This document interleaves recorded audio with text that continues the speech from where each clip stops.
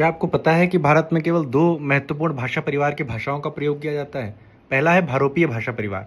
भारोपीय का मतलब भारत और यूरोप से मिलकर के बना है, यानी यूरोप और भारत की जो भाषाएं हैं उनका प्रयोग यहाँ पे किया जाता है। तो भारत की भाषाएं, आप संस्कृत का काल देख लीजिए। संस्कृत के बाद आपकी पाली आती है, फिर प्राकृत आती है, अपभ्रंश आती है, और उसके बाद में हिंदी भाषा जो है उसका प्रयोग किया जाता है।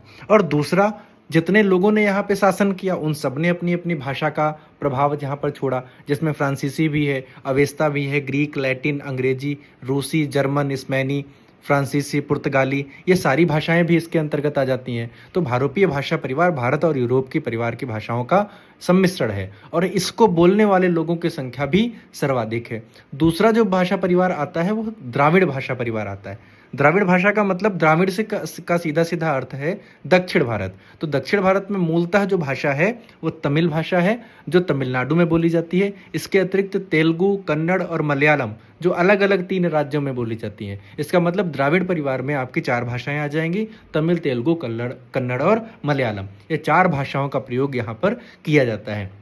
इसके अतिरिक्त जो आपका अरुणाचल प्रदेश वाला जो क्षेत्र है, जितना 7 बहनें हैं, जिसमें 7 राज्य हैं, उन सातों राज्यों की अगर चर्चा करें तो उसमें नाम आता है मेघालय, मणिपुर, अरुणाचल प्रदेश, नागालैंड, मिजोरम, त्रिपुरा और असम। इन सातों में चीनी तिब्बती भाषा परिवार की भाषाओं का प्रयोग किया जाता है, और उसी में आती है नागा, मिजो, मणिपुरी, तांगखुल, खासी, दफला, बोडो, तिब्बती, लद्दाखी, इन तरीके की भाषाओं का प्रयोग इसमें होता है। तो 3 मूलतः हो गए, लेकिन 2 की संख्या सर्वाधिक है, तीसरा जो है उसकी संख्या थोड़ी सी कम है।